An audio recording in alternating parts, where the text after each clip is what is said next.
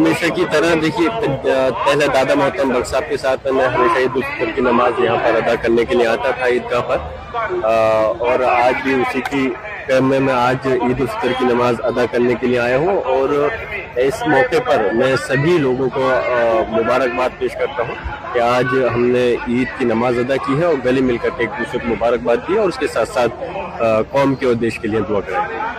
जी, Iran के घटनाक्रम को लेकर सिरसी में कुछ लोगों ने काली पट्टी बांधकर नमाज अदा की है। हाँ, तो कोई नहीं, ये अधिकार है, हमारा हक है और हम अपना विरोध प्रदर्शन दर्ज कराने के लिए कोई सरकार नहीं रोक सकती। और काली पट्टी बांध कर अगर शांति के रूप से अगर विरोध प्रदर्शन दर्ज किया गया है तो इसमें कुछ गलत नहीं है। सबकी अपनी अपनी आस्था कहीं ना कहीं जुड़ी हुई होती है, कोई किस धर्म से जिससे जुड़ा होता है। अगर उनको इस चीज का दुख तकलीफ है, दुख हमें भी है जो ईरान के साथ में जो अमेरिका ने और इजराइल ने व्यवहार किया है, हमने भी उसकी मजम्मत की है, आप लोगों के मीडिया के माध्यम से भी और संसद के अंदर भी। हम चाहते हैं कि उस चीज पे रोक लगनी चाहिए, उस हठधर्मी पे अमेरिका की इजराइल की तुरंत रोक लगे और पूरी दुनिया मिलकर के जो हालात आज दुनिया के अंदर बन रहे हैं, जिससे कि दुनिया पूरी जूझ रही है, आने वाले समय में ऐसी कोई घटना नहीं घटे जिससे कि दोबारा से हालात पैदा करें। और जो लोगों ने विरोध प्रदर्शन किया है,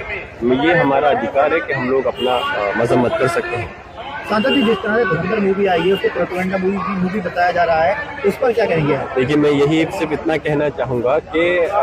यकीनन हमारी रोजे चल रहे थे, हम अपनी इबादत में मसरूफ थे और उसके साथ साथ संसद की भी कार्रवाई चल रही थी।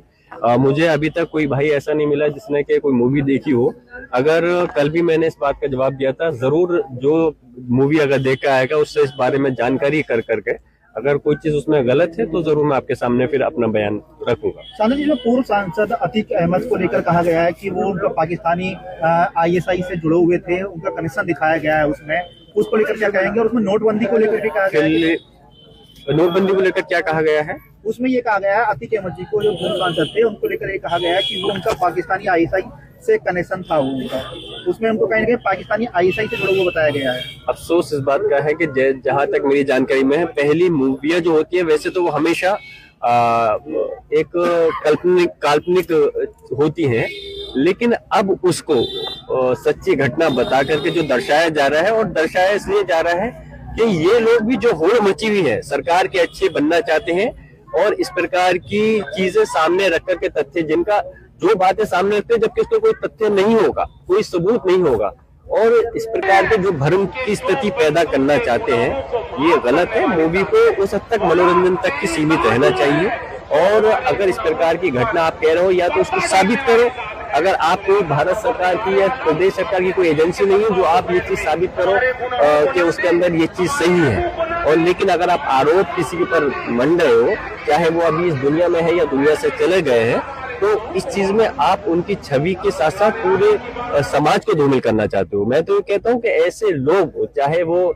किसी भी क्षेत्र से ताल्लुक रखते हो, चाहे मूवी से ताल्लुक रखते हैं, जो इस प्रकार की घटना को अंजाम देने का प्रयास कर रहे हैं, छवि धूमिल कर रहे हैं, आपस में खाई पैदा कर रहे हैं, इन लोगों के ऊपर सेंसर बोर्ड को उसी समय रोक लगा देनी चाहिए और ऐसी मूवियां रिलीज ही नहीं होनी चाहिए, बल्कि इन लोगों को सबक मिलना चाहिए जिससे कि आने वाले समय के अंदर देश के अंदर नफरत का माहौल पैदा नहीं कर।